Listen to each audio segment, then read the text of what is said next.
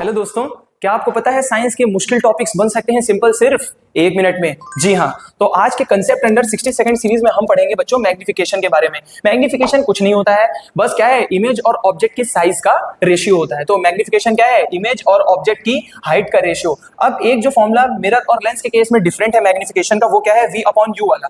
देखो मैग्निफिकेशन जब मिरर का लिखोगे तब माइनस साइन यूज कर लेना, माइनस v अपॉन यू, और लेंस में सिंपल v अपॉन यू। अब कंफ्यूजन से बचने के लिए मिरर m फॉर माइनस, तो हम ऐसे समझ सकते हैं मिरर के केस में माइनस आ जाएगा तो माइनस v अपॉन यू, और लेंस में सिमिलरली सिर्फ v अपॉन यू। अब अगर हम आगे देखें, मैग्निफिकेशन किस चीजों के बारे में बताता है। पहला मैग्निफिकेशन में होगा न्यूमेरिकल वैल्यू, और उसके आगे कुछ ना कुछ साइन लगा होगा। साइन से हमें पता चलेगा वो इमेज रियल इन्वर्टेड या वर्चुअल इरेक्ट है। अगर वो साइन नेगेटिव है मतलब वो इमेज रियल और इन्वर्टेड है, और अगर वो साइन पॉजिटिव है मैग्निफिकेशन का तो हम बोलेंगे इमेज वर्चुअल और इरेक्ट है। अब इसे कैसे याद करें, जैसे बहुत सारे लोग होते हैं, उनके रिलेटिव्स एनआरआई होते हैं, बाहर रहते हैं फॉरेन में, लेकिन होते इंडियन है, तो उस ट्रिक से हम याद कर सकते हैं एनआरआई। अगर मैग्निफिकेशन नेगेटिव है तो वो इमेज रियल और इन्वर्टेड होगी, और इसी का उल्टा अगर पॉजिटिव है तो वर्चुअल और इरेक्ट। अब न्यूमेरिकल वैल्यू अगर देखें, न्यूमेरिकल वैल्यू में 3 पॉसिबिलिटी है। अगर वो न्यूमेरिकल वैल्यू 1 से कम है मतलब वो इमेज छोटी है, डिमिनिश्ड है। अगर 1 से ज्यादा है मतलब वो इमेज बड़ी है, और अगर 1 के बराबर है मतलब वो इमेज, वो जो है वो ऑब्जेक्ट और इमेज का साइज बच्चों बराबर है।